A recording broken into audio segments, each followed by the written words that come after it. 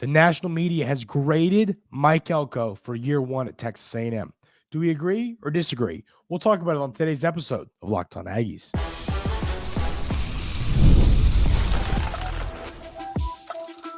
You are Locked On Aggies, your daily podcast on the Texas A&M Aggies, part of the Locked On Podcast Network, your team every day. Welcome on into Locked On Aggies. I'm your host, Andrew Stefaniak. Thanks for making Locked On Aggies your first listen every single day.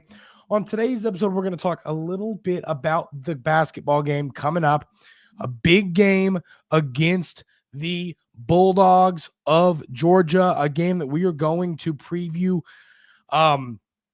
Georgia's a team that kind of started off hot in SEC play and has cooled down. And of course, the Aggies host the Bulldogs this evening. We'll break down that game and talk about what Texas A&M needs to do to win. We're going to talk about a article that ranks from easiest to hardest or most important, the games next year for the Aggies, all 12 games. We're going to talk about that. There's some things I disagree with. We're going to break it down, but we're going to start the show talking about this article that graded the performance of first-year head coaches in college football. So and this is from the College Football Network. So it's kind of fun here. I've done my own grade of Coach Elko and his performance. We've seen some Texas A&M beat writers do them, but it's fun to see more of a national article. So it says here, Mike Elko, Texas A&M, overall record 8-5, SEC record 5-3. The Mike Elko reign with Texas A&M, Aggies got off to a stellar start, with the former Duke Blue Devils coach making a positive impression during SEC media days. Expectations should always be tempered around the Aggies, a program with history of failing to deliver on its exceptional recruiting prowess. Agree with that. Still, Elko elevated, man, sometimes I just can't read, ladies and gentlemen, elevated those early and largely delivered compared to the last two seasons. 8 wins was the most for the Aggies since 2021, and the 5 SEC wins match 2018 is the most in over a decade if you don't factor in the SEC only schedule in 2020. Elko returned Texas A&M to the college football playoff rankings after a 2-year absence, while also improving year-on-year recruiting performance. Perhaps his most impressive feat, losing 4 of their last 5 games, really hurt his grade here. So his overall grade was a B+. If he beats Auburn and South Carolina, it probably makes a college football playoff appearance. I think that this grade's probably an A to an A+. And I'll tell you this, there are not a lot of A's that flew around here. I see a lot of C's and D's and B's. I do not see a lot of A's. Actually, even over in Alabama, Jed Fish gets a 6+, a C+ at Washington. Obviously, they were 6 and 7, so it's not a crazy reason why. But Kalen DeBoer gets a C at year one in Alabama. It wasn't like there were A pluses flying around everywhere. So this B+ for Coach Elko really, I think it is fair. And I like that they accounted recruiting into it because, once again, those of you everydayers here at Locked On Aggies know that I was incredibly concerned about the recruiting I was really concerned about recruiting when it came to Coach Elko being a coach here for the Aggies. I had my fair share of concerns. I was worried. He was the DC here. He obviously had some experience in the SEC, but he really didn't have much, a ton of top recruiting experience. He's a great football mind, but I was worried about it. And obviously, he's not out here recruiting all of the players. I know that his staff's doing a lot of it, but putting together a staff that does a good job of recruiting is part of his job. And Texas A&M, to this point, I've been incredibly impressed with what he's done. If you look at his recruiting class, the 2025 class this year's, which was really his first class as the head coach of the Aggies, his transfer portal class last year, so 2024, was the 4th overall transfer class. Then in 2025, he has the 9th overall recruiting class and the 10th overall transfer portal class. He also did a heck of a job closing out, landing Jerome Miles and Lamont Rogers. So recruiting, I always believed that this team was going to be successful on the football field, because I knew that he's going to be a better talent developer, talent evaluator, and X's and O's coach than Coach Fisher was. I mean, we saw kind of the fall of Jimbo Fisher. I mean, he really kind of just lost it. I don't know who that guy was, because that was not the Jimbo Fisher that we, saw for years. And so, when you look at the future of the program, I think it's in a spot right now where it's moving in the right direction. I think he did a good job, Coach Elko did, of holding on to important players in the when it came to the portal. I mean, I think for the most part, there weren't a ton of losses in the portal that I was really angry about. So that was good to hear, because, I did have my fair share of concerns about that. I was worried, will the Aggies lose a lot of players to the transfer portal? And that did not happen. So I was happy to hear that. And then on the flip side of things, I was impressed with the performance on the field. I think that you ran into a weird game against Auburn. You ran into a South Carolina team that was heating up and playing good ball. And you ran into a Texas team that I think last year was just better than you are. I think that it's going to continue to get better and better and better year in and year out. I think that this team, part of it, I think, once again, I think the big reason that I am so in on this Texas A&M football team, those of you that listen to this Locked On Aggies podcast every day know that I believe Marcel Reed is going to take that step to the next level. I think that he is just that type of player that is going to develop. I think that he's going to take coaching really well. And, this will really be year one that he's quarterback one. So I think knowing all these factors are going to help him be good. And I think him being good makes his team good. There are other places the Aggies have to improve. You have to be better in the secondary. Your receivers that you brought in via the portal have to be better than we saw last year. There are lots of areas that this football team needs to be better than it is. But I think Coach Elko earned that B+. I think that's fair. I mean, I think that you could, if he wouldn't have had the end of season collapse, I would have wanted him to, he would have deserved an A. I think a B+, and I'm pretty sure that's what I graded them when I did my show. I'm 99% sure.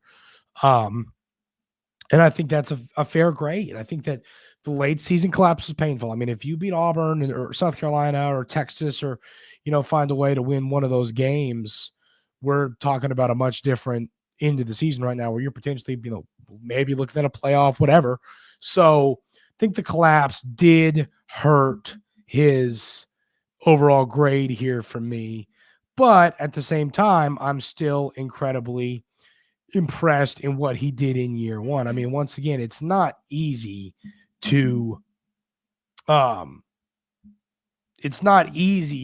come into a program and have a winning season in year one, especially in the SEC. It's just not.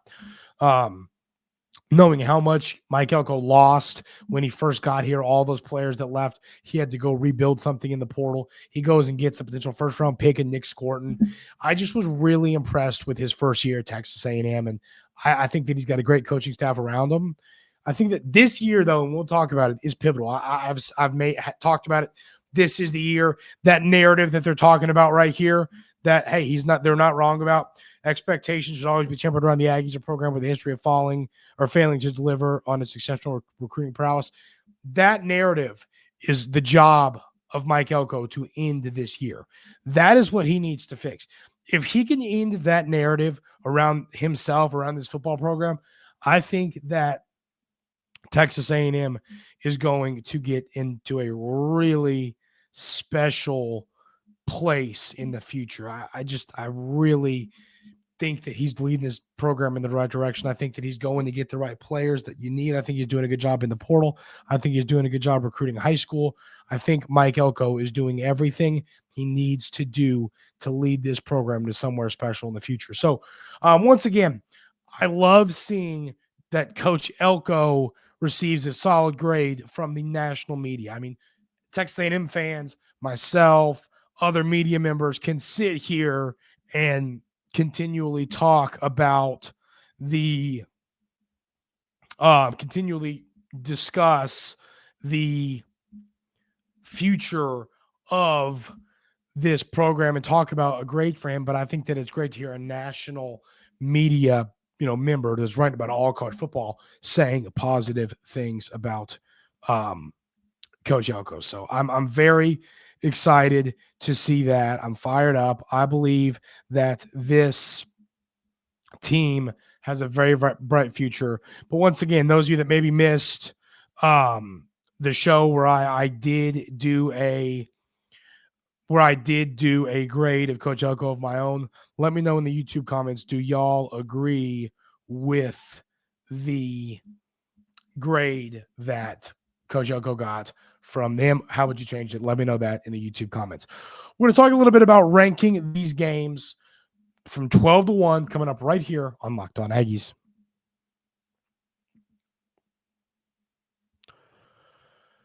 But first, we got to talk about our friends over at Wayfair. After the holiday hustle, there's nothing like giving your home a little TLC. I always find that decluttering and refreshing my space helps me get back into a routine. Whether you're tidying up, clearing out, or just want to give your space a new look to start the year, Wayfair has everything you need, all within your budget. I personally am currently looking for furniture, and their huge selection makes it easy to find places that fit my style and budget. My favorite part, the free and hassle-free delivery, even for larger items. Wayfair's site was so easy to navigate, and I found everything I needed in absolutely no time. Give your home the refresh it needs with Wayfair. Head to wayfair.com right now. That's WAYFAIR.com. Wayfair, every style, every home.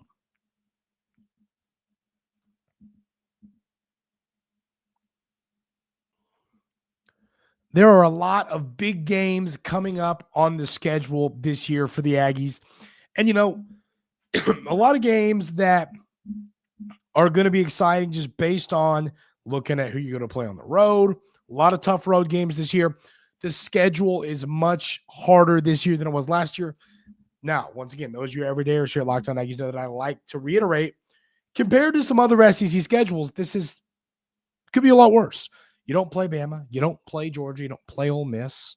There's a lot of good football teams not on your schedule this year. So, if you traded Mississippi State for Georgia and Auburn for Alabama, this would be a lot more daunting of a schedule. So I think that for the most part, while it's harder this year based on who you play on the road, it's not as hard as it could be, compared to some other conference schedules within the SEC.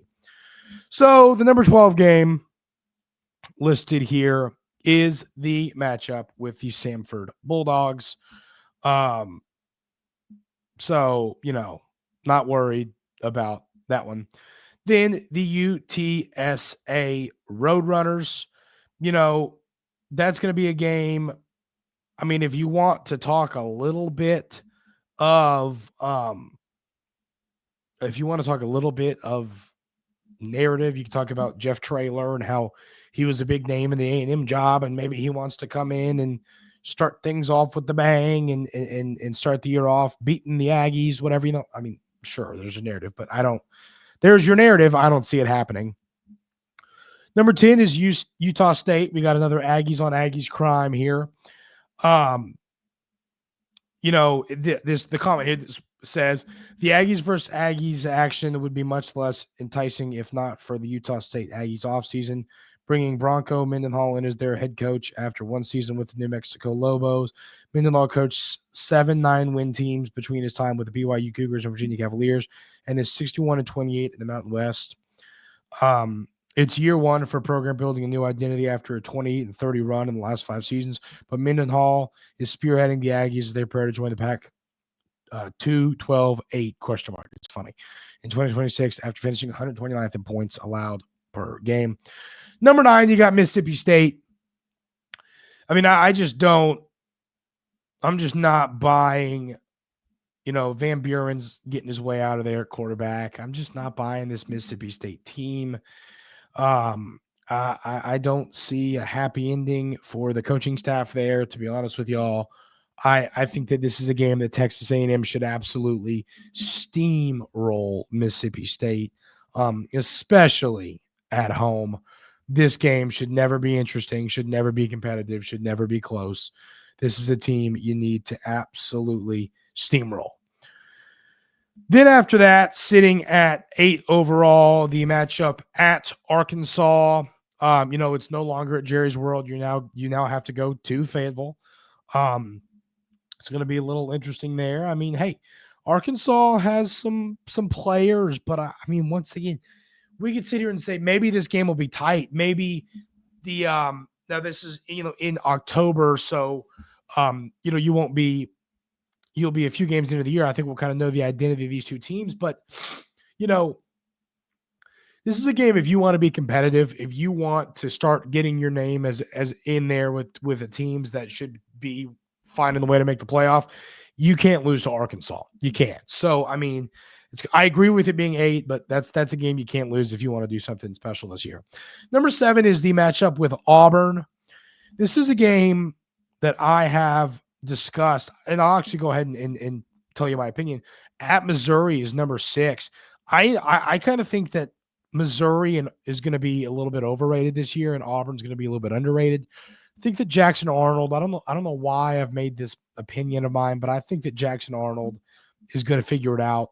I think he kind of he was dealt some bad cards at Oklahoma last year, and I think that he is a guy that really could rejuvenate his career at Auburn. I think they're going to be good. They've got a lot of talent.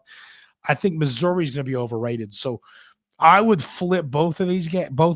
I would put Missouri 7 and Auburn 6. Now, once again, if you want to have a good season, if you want to potentially make a playoff, you have to win both of these games. These are not the games you can lose. You have to win at Missouri, the team you beat by 1,000,000 points this year, and you have to beat Auburn, a team that you lost to last year, but I think that you should beat this year, especially at home. So that is going to be an interesting one. Number 5, I agree with heavily, and that is the Florida Gators. Once again, y'all know that I think this Florida team, I am all in on DJ Lagway. I think now, I'm not saying they should have gotten rid of Napier, but I think Lagway is so good that he can be like Joe Burrow for Ed Orgeron, where Burrow goes and Orgeron, it kind of falls apart and they get rid of him. I think that, in my opinion, I think Lagway is so good, it's worth holding on to Napier because I think he can do something special, and then it might go, fall to pieces after Lagway is gone. Because I think DJ Lagway is going to be the number 1 pick in the draft. I think he's going to win a Heisman. I think he's incredible, and if you put the pieces around him, he's going to be special. So I agree having that at 5, even though it is once again a home game for the Aggies. Number 4 is the South Carolina Gamecocks at home. I have a feeling that this could end up being flip-flopped with Florida, with South Carolina at 5 and Florida at 4. I do believe that Lenora Sellers is a really good quarterback. I think that Dylan Stewart is an incredible player. I think you've got 2 potential first-round picks right there. These guys are going to have great seasons, but do you have all the pieces around them? They beat the crap out of Texas A&M last year, and I think that Texas A&M is going to be better next year. But I think, once again, this is a game you have to win at home if you want to try and make a playoff, knowing what you have on the road, which are these games. At LSU, Garrett Nussmeier is once again back, and I think that he is a player that will have another good season and can be a Heisman candidate. I'm pretty sure he's actually the front runner right now in odds with Arch Manning. I think Lagway's up there as well. But, I think that LSU is going to be a good football team. I bet this ends up being a night game. Going to play in Baton Rouge underneath the lights is a very, very scary thing. And I'm just telling you all, this is going to be a tough game to win. Then you got at Notre Dame. Notre Dame, of course, just lost in the national championship game, but they're always going to be good. They are always going to have good seasons. They're always going to have NFL players. They're always going to have talent.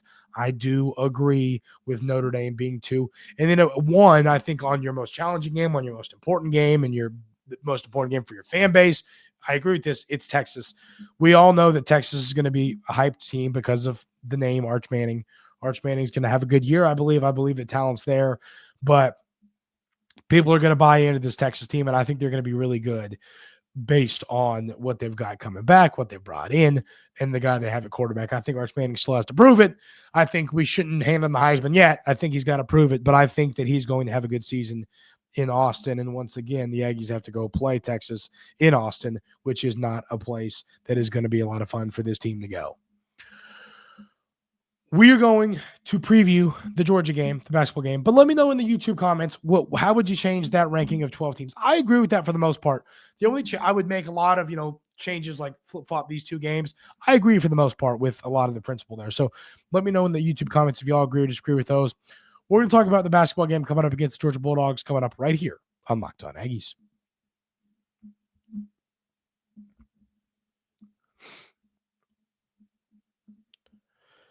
Georgia is a team that worked their way into the rankings at one point with a really, really hot start in SEC play.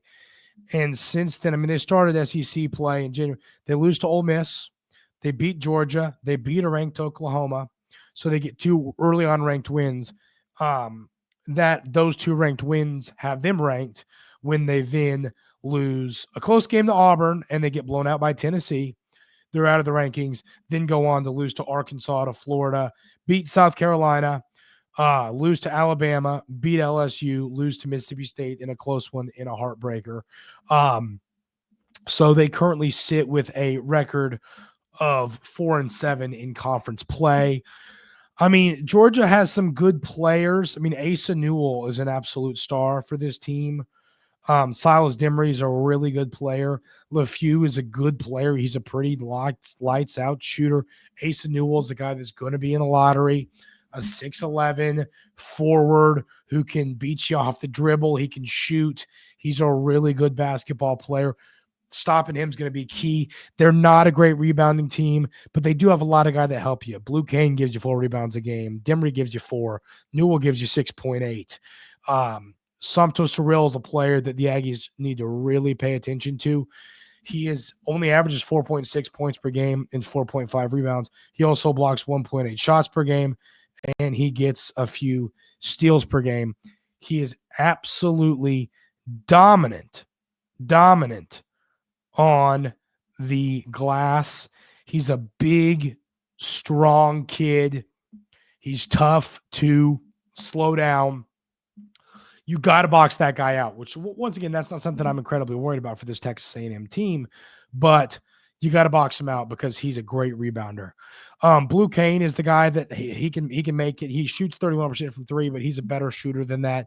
If you leave him open, he'll make it. But it's another game. You got to rebound the ball.